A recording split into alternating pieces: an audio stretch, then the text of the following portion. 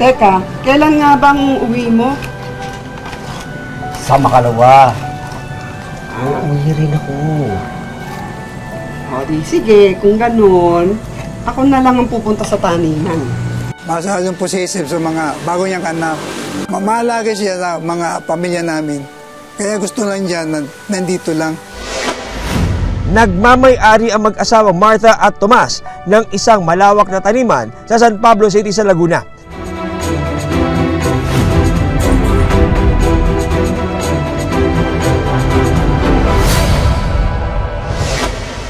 Pupunta na ako sa taniman. Sama ka ba?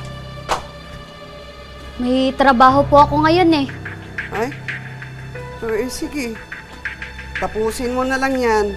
Tulungan na lang po kita dyan. Ako na lang muna. Sige. Kwento ng anak ng biktima na itinago namin sa pangalang Catherine, 31 taong gulang.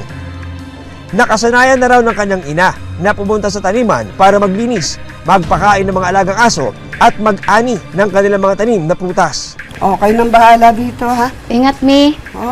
Sige. Yun nga kasi dati umaga niya ginagawa. Tapos nito lang taon lang talaga naging hapon kasi nga mainit.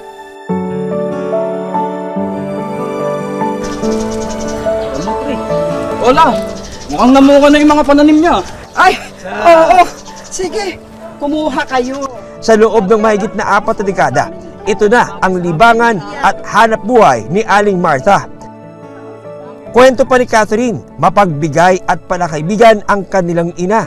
Mamerienda nyo. Ay, konti lang to na. Okay na to. Very kasi siya, approachable at sociable din talaga. Pag may mga nakakasalubong siya, ayun, kinakamusta niya. Tapos pag may nanghihingi, ayun, pinagbibigyan niya talaga. Kwento pa ni Catherine, ipinamimigay ni Aling Martha ang mga inaning prutas. Ayon pa kay Catherine, kasama sa mga nabibigyan ng prutas, ang ilang construction worker na namamasukan sa ginagawang subdivision malapit sa taniman. Salamat, ha? Sige. Salamat. Lingid sa kaalaman ni Aling Martha, ang kabaitang itinanim niya sa mga taong nakapaligid sa kanya, magbubunga pala ng isang malagim na trahedya. Nung una, naging palaisipan sa mga pulis kung sino ang gumawa ng krimen.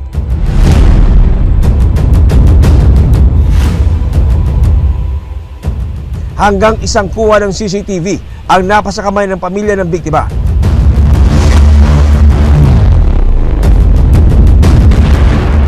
Matukoy kaya ang pagkakakilanlan ng suspect sa pagpatay sa matanda? Samahan ko na po kayo, delikado po mag-isa rito. Ay! Bitawan mo nga ako! Ano ba? Nakakabastos ka na!